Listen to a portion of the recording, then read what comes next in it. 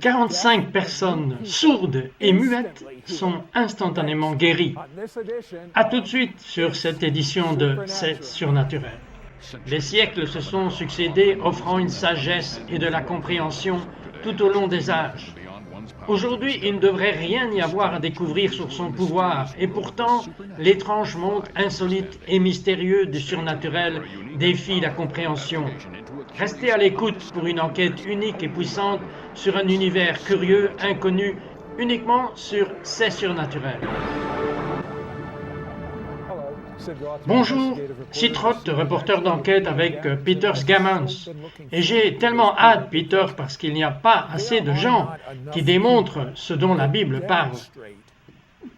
Dites-moi le miracle le plus notable qui vous vient à l'esprit.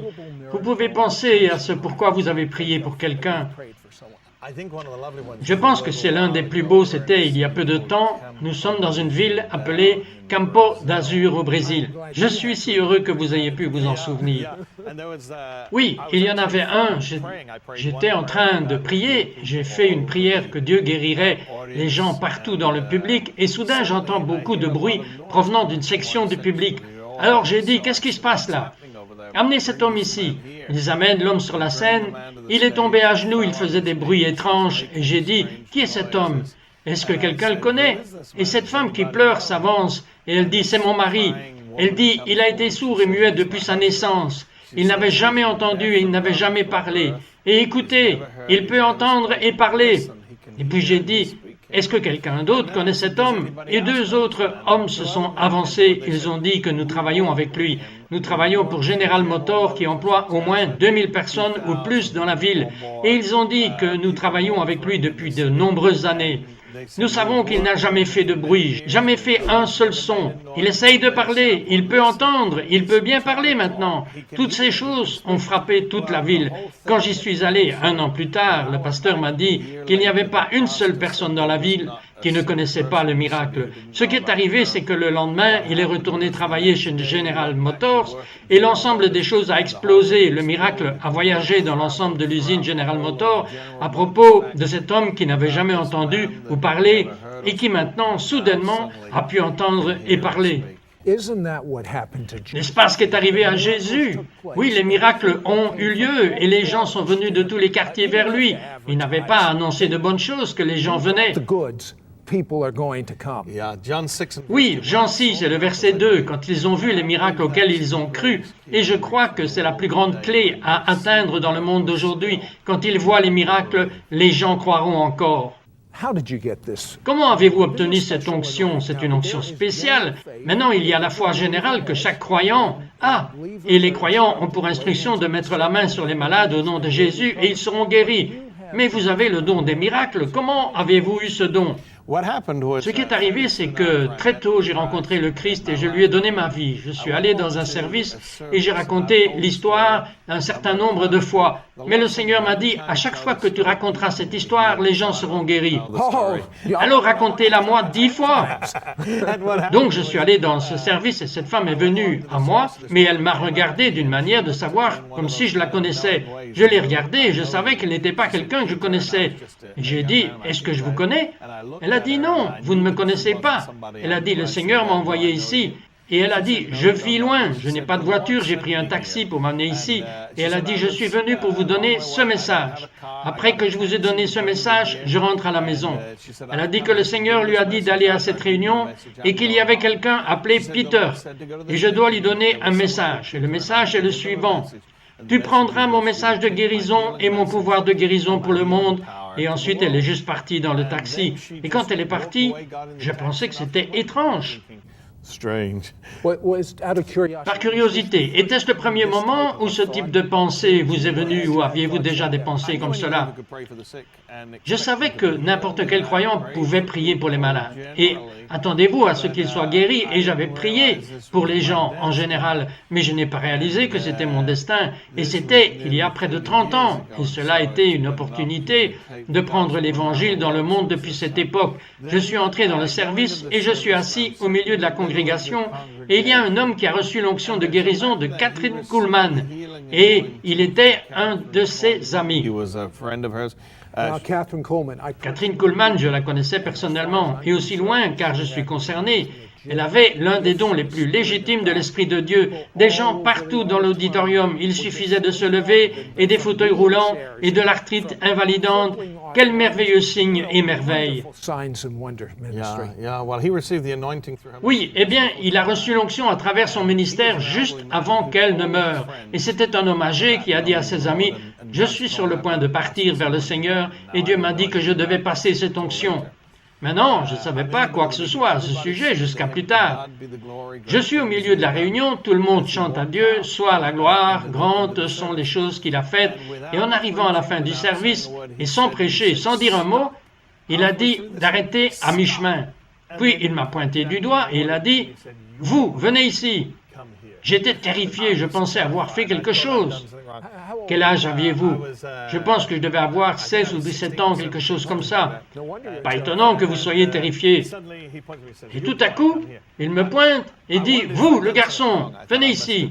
Je me demandais si j'avais fait quelque chose qui n'allait pas. Je pensais que je devais avoir commis un péché et qu'il va le dire à tout le monde parce que j'avais entendu des histoires sur les soi-disant prophètes qui pouvaient tout dire aux gens sur eux. Et je ne savais pas à ce moment-là que cela était la plus grande découverte de ma vie. Je ne savais pas que Dieu est un bon Dieu. Comme Oral Roberts le dit souvent, Dieu est un bon Dieu et le diable est un mauvais diable. Dieu est toujours bon et le diable est toujours mauvais. Lorsque vous saisissez ce message, cela fait toute la différence de prendre la guérison du Christ au monde pour réaliser que Dieu se soucie de vous. Dieu est un bon Dieu. Il n'est pas celui qui met la maladie sur les gens. Il n'est pas celui qui cause vos problèmes. Il est la réponse à vos problèmes et non la cause de vos problèmes. Lorsque vous saisissez ce message et que vous réalisez que Dieu est le guérisseur, pas l'oppresseur, Dieu est le donneur et non le preneur, Dieu est le restaurateur, cela va changer votre monde. Mais je n'avais pas encore saisi ce message. Je savais que Jésus est mon sauveur, mais je n'avais pas encore entendu un prédicateur me dire que Dieu était bon, que Dieu se souciait vraiment de moi et de mon nom. Et ainsi, quand il a dit « Garçon, viens ici », je pensais que Dieu doit vouloir lui dire quelque chose de mal parce que je n'ai pas réalisé que Dieu était si bon. Alors je suis venu en avant et j'essayais de penser « Ai-je fait quelque chose, Seigneur, qui ne t'a pas rendu heureux ?» Et mon ami a dit que j'étais blanc, je ressemblais à un fantôme. Ils ont dit que j'avais tellement peur. Et alors que je me tenais là, il a posé ses mains et il a prophétisé les mêmes mots que cette femme m'avait dit. « Tu prendras mon message de guérison et mon pouvoir de guérison pour le monde. » Bien, quand il m'a touché, je suis tombé sous le pouvoir du Saint-Esprit. Maintenant, ce qui était nouveau pour moi et qui était nouveau en Angleterre, vraiment, c'est une notion qu'on ne comprend pas. Cela signifie que quand la présence de Dieu est ainsi si forte, vous ne pouvez pas la supporter. C'est écrasant et donc je suis tombé sous le pouvoir du Saint-Esprit. J'ai essayé de me lever 5 fois et je suis retombé. À la fin, j'ai réussi à bien remonter sur la chaise. À la fin du service, que tout le monde tourne autour. Vous parlez que vous ne pouviez vraiment pas vous lever et que vous avez essayé 5 fois. Oui, ça a continué à redescendre. Je vous le dis, vous pensez quelle pensée, mais attendez à savoir ce qui se passera ensuite. 45 sourds-muets qui retrouvent instantanément leur audition et leur capacité de répondre. Ne vous en allez pas.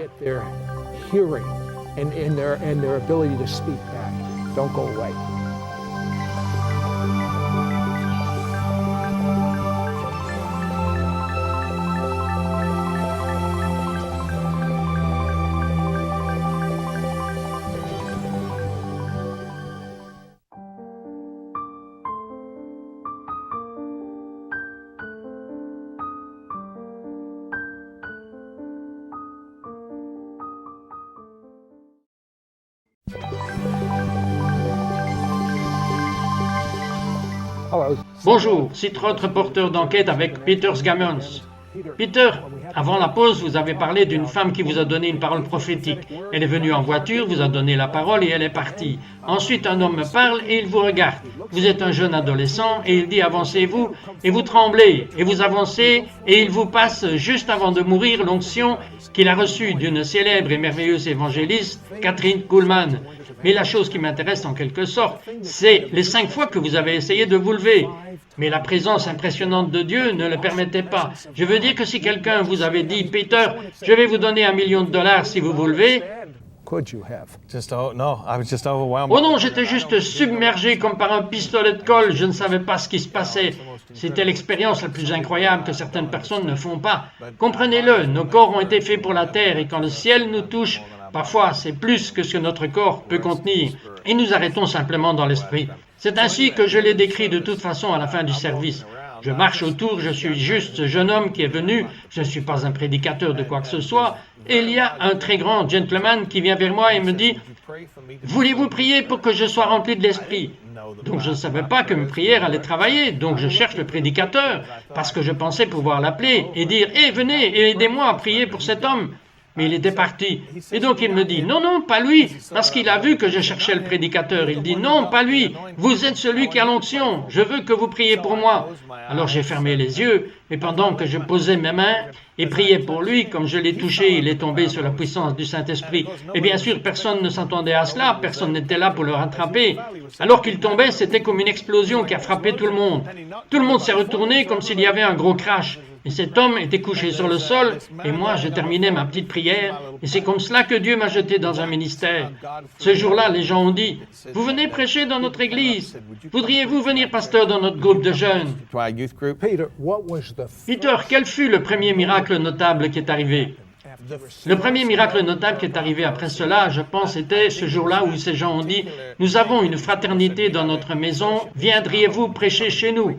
Je suis allé, il y avait un homme lors de la réunion, il était sourd, il était aussi en fauteuil roulant. Ils ont dit que s'il y avait des gens à côté de lui, il pouvait se lever avec des béquilles et il pouvait marcher avec des béquilles, mais il ne pouvait pas marcher sans eux. Et j'ai prié pour lui instantanément lors de cette réunion. Il a entendu et pouvait entendre de l'autre côté des choses qui ont été dites. Mais après une semaine, ils m'ont appelé et ils m'ont dit qu'il avait jeté son fauteuil roulant. Il avait jeté ses béquilles et faisait du vélo. Et ce fut donc le premier miracle notable dont je me souviens. Est-ce vrai que vous avez prêché devant le plus grand nombre que quiconque ait jamais prêché dans l'histoire? Je comprends que vous êtes allé aux Philippines et que vous aviez une audience de 4 millions de personnes.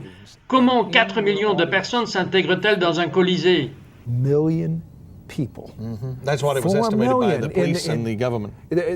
How do 4 million people fit in a Colosseum? No, they went in a Colosseum. Non, ils sont allés au Colisée. Ce que nous faisons, et je vais donner de petits conseils, nous avons loué une bande de terrain près de l'un des parcs publics, parce qu'alors tout le monde peut aller dans un parc public, car c'est un parc public. Et nous avons construit la scène. Et c'est organisé dans les Philippines par mon ami Matt Gilardi, qui a de grandes réunions là-bas, chaque semaine. Et puis nous avons rempli le parc, puis nous sommes allés sur l'autoroute. Si vous pouvez imaginer cela, l'une des autoroutes des villes où nous avons littéralement rempli l'autoroute. Toute la route a été fermée. Le président a marché 1,5 miles. Le président des Philippines, pour se rendre au podium, a marché 1,5 miles. Et le vice-président? Le vice-président était là des heures et des heures à l'avance, et ainsi de suite. Nous avions presque tous les centres, et en fait, nous avions assez de personnes dans la rencontre et le visionnage à la télévision pour gagner les élections. Donc ils doivent être là. S'ils ne le sont pas, il y a une seule guerre à laquelle... Pourquoi 1 million de personnes se présentent-elles pour entendre Peter guérir? Parce que Jésus-Christ est le même hier, aujourd'hui et pour toujours. Et ce n'est pas moi, c'est le guérisseur Jésus-Christ, où il y a un mouvement de Dieu. Il y a beaucoup de miracles que nous n'avons pas pu les inviter sur la scène. Habituellement, dans mes croisades, nous demandons aux gens qui sont guéris de venir, mais vous imaginez avec 4 millions de personnes. Et comme je l'ai dit, il a rempli l'autoroute, puis il a rempli 2 autres parcs. Et ils sont allés jusqu'à environ 10 kilomètres de personnes. Pensez à cela. Nous devions diffuser en direct par radio, car il n'y a pas de PA système pour diffuser à un tel nombre de personnes. Je veux regarder maintenant des séquences vidéo de 2 des miracles notables. Parlez-moi de cela. Ok, le premier que nous allons voir, je ne sais pas trop lequel c'est, je pense que vous avez une petite fille qui a été guérie lors de ma croisade en Cuaba. Ce qui s'est passé, c'est que je suis allé à l'ouverture de la plus grande église du monde qui a été construite. C'est une église de l'Assemblée de Dieu, elle a été construite sans dette. Cela a pris 11 ans pour la construire. C'est une église de 30 000 personnes assises. Et ils m'ont demandé de faire la croisade d'ouverture pour eux. Et ils ont mis en place de grandes bannières à travers la ville qui disaient « Les aveugles voient, les sourds entendent, les boiteux marchent ». Et le nouveau journal local a dit « Nous venons voir, et si vous ne le faites pas, nous allons exposer cette église comme une fraude ». Pouvez-vous imaginer que vous venez d'ouvrir une nouvelle église de 30 000 places assises? On ne peut pas se permettre d'avoir une mauvaise réputation dans la ville. Et donc, le pasteur était très nerveux. Il m'a dit, frère, nous avons fait cette publicité sur votre croisade. C'est mieux que cela se passe. Autrement, voyons si cela arrive.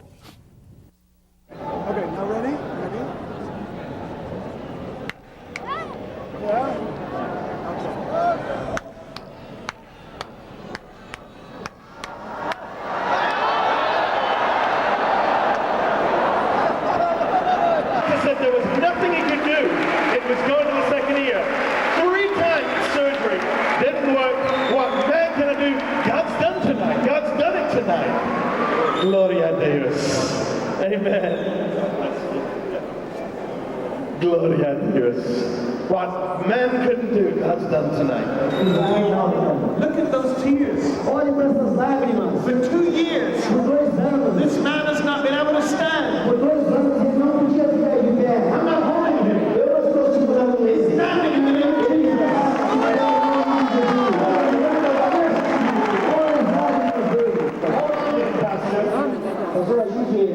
Because he's weak. Ele está muito fraco. But he's walking. Mas ele está andando. Glória a Deus.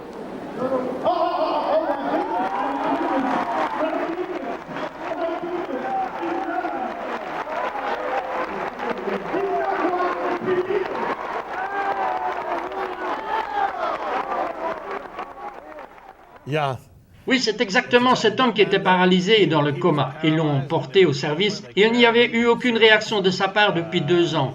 Ils viennent de l'allonger là, et ils l'ont emmené sur un lit et non seulement il s'est levé et a marché, mais comme vous l'avez vu, il a commencé à courir.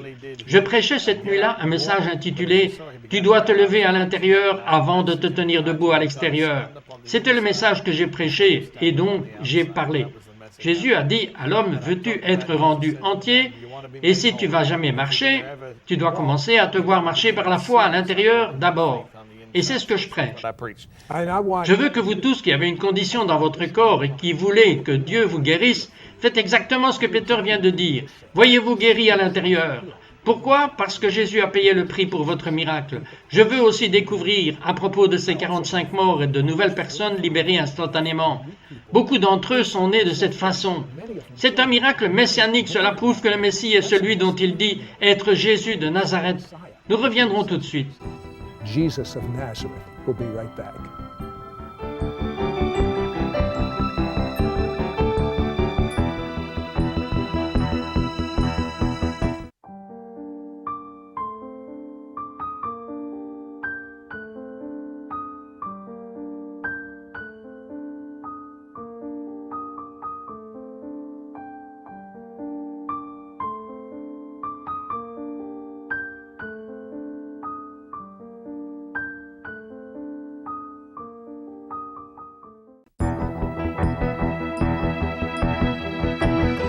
Bonjour, c'est Trott, reporter d'enquête avec Peter Gammons.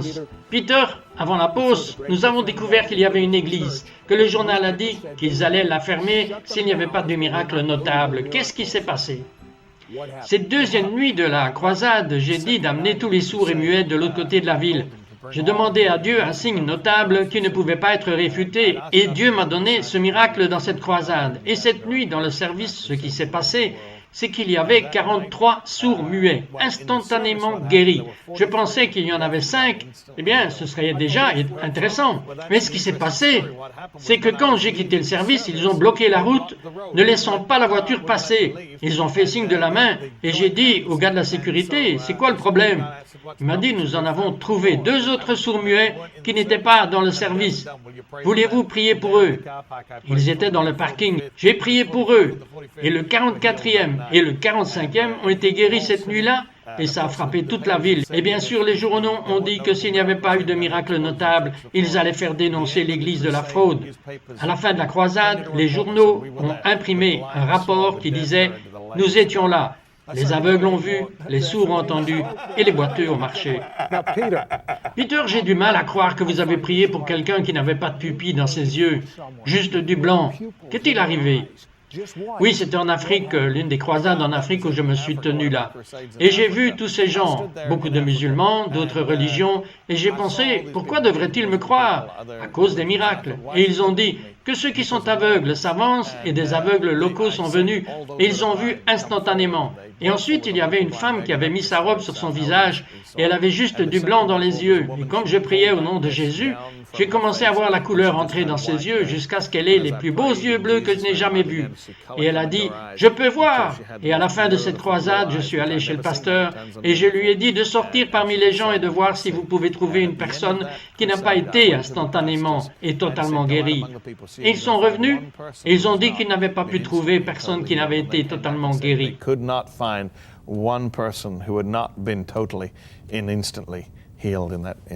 Entendez-vous cela? Ils ne pouvaient pas trouver personne qui n'avait pas été totalement et instantanément guéri. Peter, je voudrais que vous priez maintenant pour ces gens qui veulent un miracle. Amen. Amen. Et juste là où vous êtes en ce moment, directement dans votre maison, je veux que vous mettiez vos mains sur votre corps, là où vous avez besoin de guérison.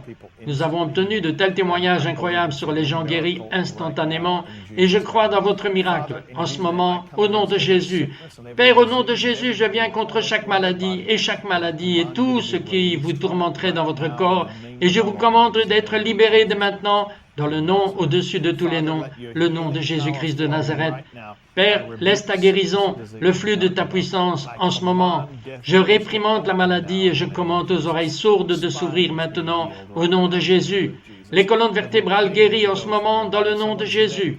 Toutes les souffrances de votre corps. Le cou de quelqu'un est guéri en ce moment. Au nom de Jésus, Alléluia. Maintenant, si vous êtes sourd d'une oreille, mettez votre doigt dans cette oreille sourde étroitement. Et quand je dis le nom de Jésus, enlevez-le maintenant. Dans le nom de Jésus, soyez guéris maintenant. Si vous avez un problème avec votre vue, posez votre main sur vos yeux maintenant.